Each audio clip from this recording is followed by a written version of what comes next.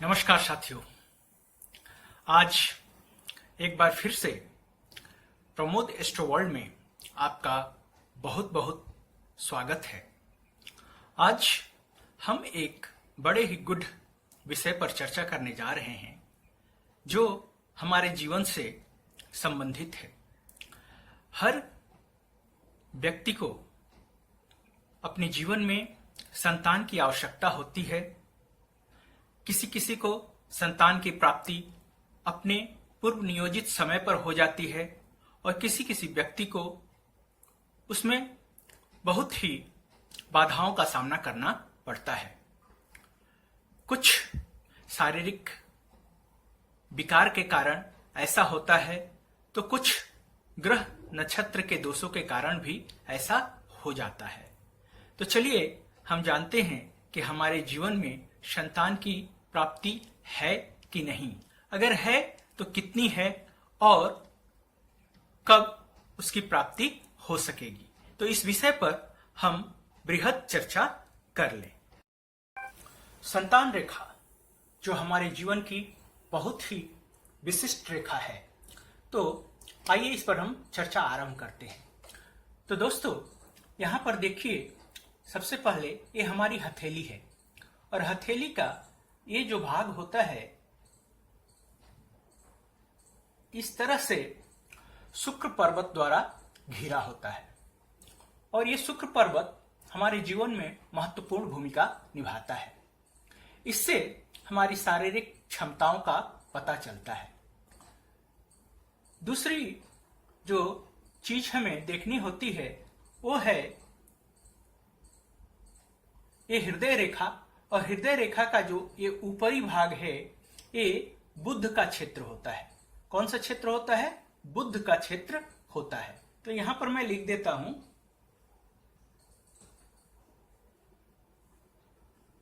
हृदय रेखा,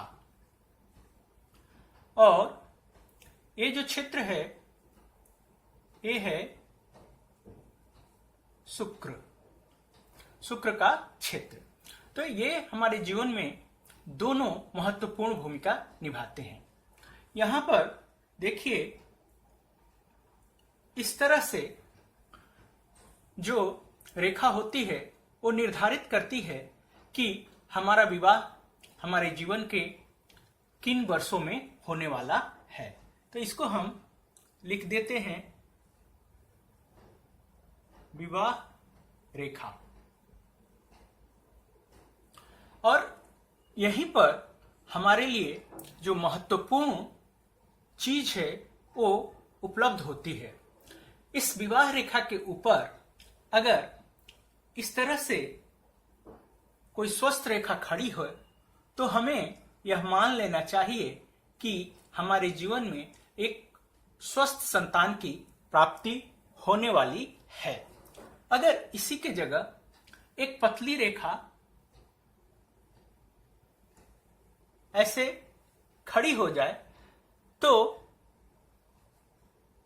हमें यह पता चलता है कि अगर ये दो रेखा है तो दो संतानों की प्राप्ति होती है।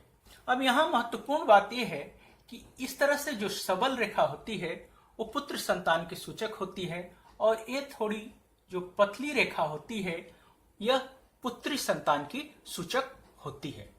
अगर रेखा बिना किसी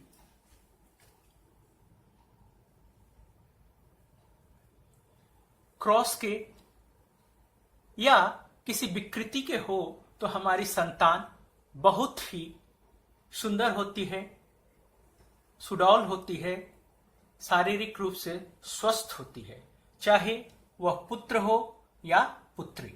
तो यहां देखिए, ये बड़ा को मैंने पुत्र और ये जो छोटी रेखा है इसे पुत्री के रूप में दिखाया है। तो ये यहां पर बहुत महत्वपूर्ण होती है। अगर यहीं पर इस तरह से बहुत सारी रेखाएं आए तो हमें यह मान लेना चाहिए कि अगर सारी रेखाएं स्वस्थ हो तो हमें उतने संख्या में संतान की प्राप्ति होगी। इस संतान की प्राप्ति में दो और चीजें महत्वपूर्ण होती है। ये जो बुध क्षेत्र है, यहाँ पर जो हृदय रेखा है, यहाँ से कभी कभी ऐसे रेखा निकलती है, तो ये हमें दर्शाती है कि हमारे अंदर पुत्र या पुत्री पैदा करने की क्षमता है। उसके साथ साथ शुक्र का जो स्थान है वो भी उन्नत होना चाहिए। एक और बात है, ये जो अंगूठा है, यहाँ पर कभी कभी आपको इस तरह से द्वीप का चिन्ह मिलेगा। यहाँ पर यह माना जाता है कि सुंदर आकृति अगर है तो यह हमें पुत्र संतान की प्राप्ति कराएगी। अगर ये छोटा द्वीप यहाँ पर बनता है तो यह पुत्री संतान की प्राप्ति करवाएगी। लेकिन अगर किसी तरह के इस तरह से क्रॉस हो जाए तो वो संतान होने वाली जो है वो नष्ट होने के चांसेस बढ़ जाते हैं। अगर यहीं पर ये बुध रेखा के नीचे जो हमारी विवाह रेखा है, इसके ऊपर जो संतान दिख रही है, इसमें इस तरह से अगर कट आ जाती है, किसी तरह की विकृति आ जाती है, तो वो संतान नष्ट हो जाती है। या जो गर्भ धारण करती है माँ, उनको किसी कारण से मिसकैरेज होने की संभावना होती है। तो दोस्तों, हमने देखा कि इस तरह से अगर स्वस्थ सीधी रेखा यहाँ पर खड़ी है तो वो हमारे संतान की कारक होती है। जितनी नंबर में वो संख्या होगी उतनी हमारी संतान होगी। अगर लंबी रेखा है तो पुत्र संतान होगी, और अगर छोटी रेखा है तो वह पुत्री संतान होगी। तो अगर यह आपको अच्छी लगी हो तो हमारे इस चैनल को लाइक करना मत भूलिएगा, और अच्छी लगी हो तो अपने दोस्तों से शेयर करना भी मत भूलिएगा। तो आज के लिए इतना ही। धन्यवाद।